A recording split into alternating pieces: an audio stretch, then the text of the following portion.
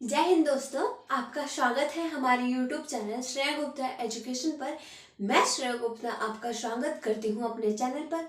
आज हम पढ़ेंगे कोशिका। कोशिका क्या है? इस लेक्चर में हम देखेंगे कि कोशिका का परिचय।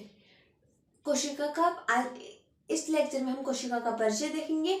उसके अगले लेक्चर में हम देखेंगे कि कोशिका सिद्धांत। कोशिका सिद्धांत किसने दिया, कोशिका से संबंधित इतिहास और कोशिका थ्योरी, कोशिका सिद्धांत। उसके बाद कोशिका का आकार एवं आकृति। अगले लेक्चर में हम कोशिका को अच्छे से पढ़ेंगे और देखेंगे। आज हम पढ़ेंगे कोशिका का परिचय। हम देखते हैं कि कोशिका क्या है। कोशिका the fundamental unit of life. कोशिका हमारे जीवन की कोशिका सभी सजीवों की पादपों की आधारभूत जीवन की आधारभूत मौलिक इकाई होती है, जिसे हम कोशिका सेल कहते हैं। हम देखते हैं कि कोशिका का परिचय। जीवधारियों का शरीर एक या असंख्य कोशिकाओं सेल द्वारा निर्मित होता है।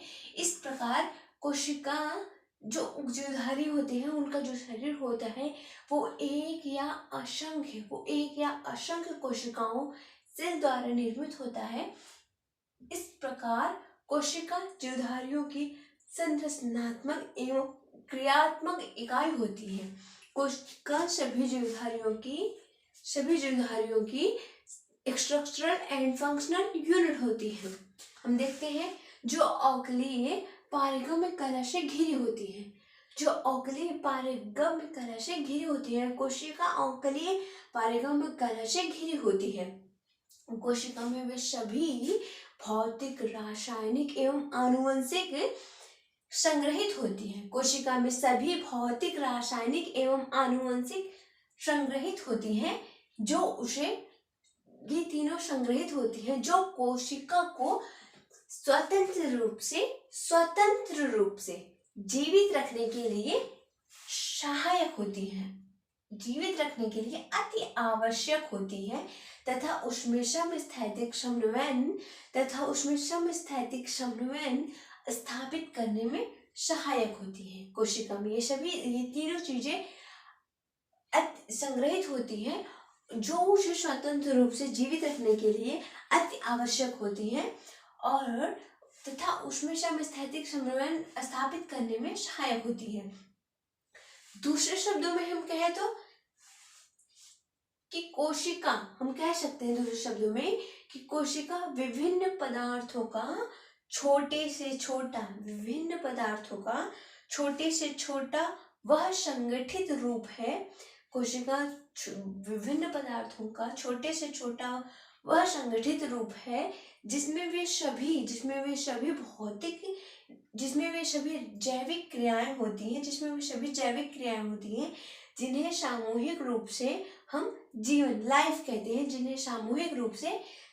यानी कि लाइफ कहते हैं। उनमें सभी जैविक कोशिका विभिन्न पदार्थों का छोटे से छोटा वह संगठित रूप है जिसमें वे सभी जैविक क्रियाएं होती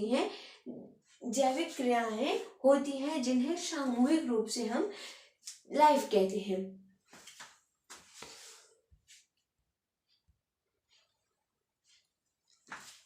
आइए हम देखते हैं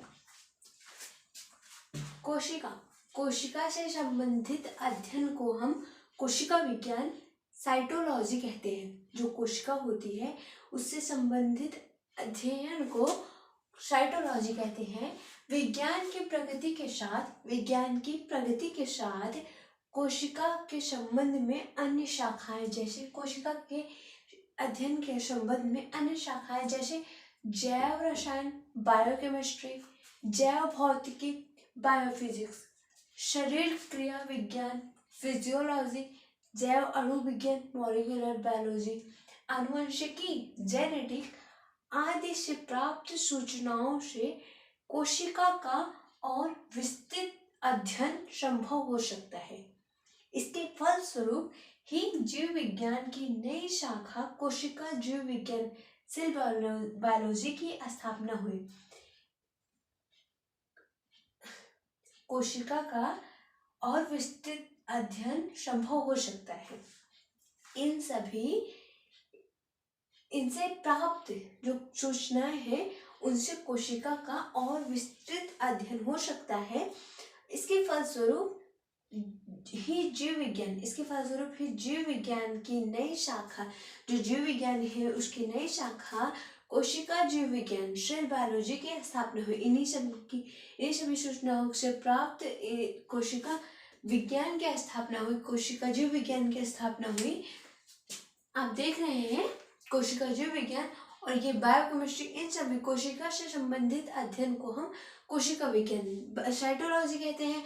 उन्हीं के आधार पर, उन्हीं से कोशिका से ही संबंधित उनकी प्रगति के साथ संबंध में अन्य शाखाएं जो है उन्हें हम जैव केमिस्ट्री, बायोकेमिस्ट्री, बायोफिजिक्स आदि और फिजियोलॉजी, बायोमोलिकुलर बायोलॉजी, जेनेटिक आदि से प्राप्त सूचनाओं का कोशिका का और विस्तृत अध्ययन संभव हो सकता है।